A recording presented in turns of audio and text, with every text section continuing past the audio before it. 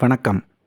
திருவெம்பாவை 8ஆம் பாசுரம். கோழிச் சிலம்பச் சிலம்பும் குருகெங்கும் ஏழில் இயம்ப இயம்பும் வெண்சங்கெங்கும் கேழில் பரஞ்சோதி கேழில் பரங்கருணை கேழில் விழுப்பொருட்கள் பாடினோம் கேட்டிலையோ வாழி ஈதென்ன உறக்கமோ வாய்திறவாய் ஆழியான் அன்புடைமை ஆமாறும் இவ்வாறோ ஊழி முதல்வனாய் நின்ற ஒருவனை ஏழை பங்காளனை பாடேலோர் எம்பாவாய். அன்பு தோழியே, காலை பொழுது புலர்ந்துவிட்டது.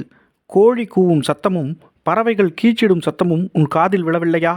7 ஸ்வரங்களின் இசையும் தாளவாத்தியங்கள் முழங்கும் சத்தமும் கேட்கவில்லையா? திருவண்ணாமலை அண்ணாமலையார் கோயிலில் வெண்சங்கொலிக்கும் சத்தம் கேட்ட பிறகும் உனக்கு உறக்கம் பெரிதாக தெரிகிறதா? இனிதான மார்கழி காலை வேளையில் பரஞ்சோதி மயமான ஈசனை துதித்து நாங்கள் பாடுகிறோம்.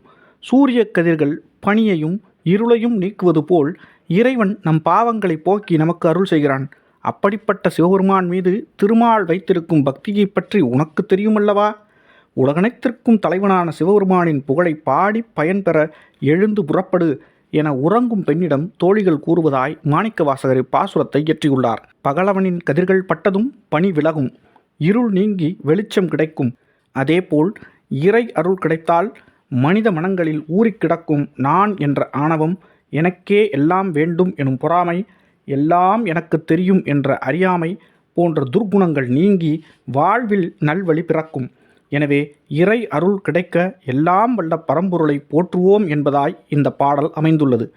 மீண்டும் இன்னொரு பாசுரத்தில் சந்திப்போம். தொடர்ந்து இணைந்திருங்கள் பாரத பயணத்தில். நன்றி, வணக்கம்.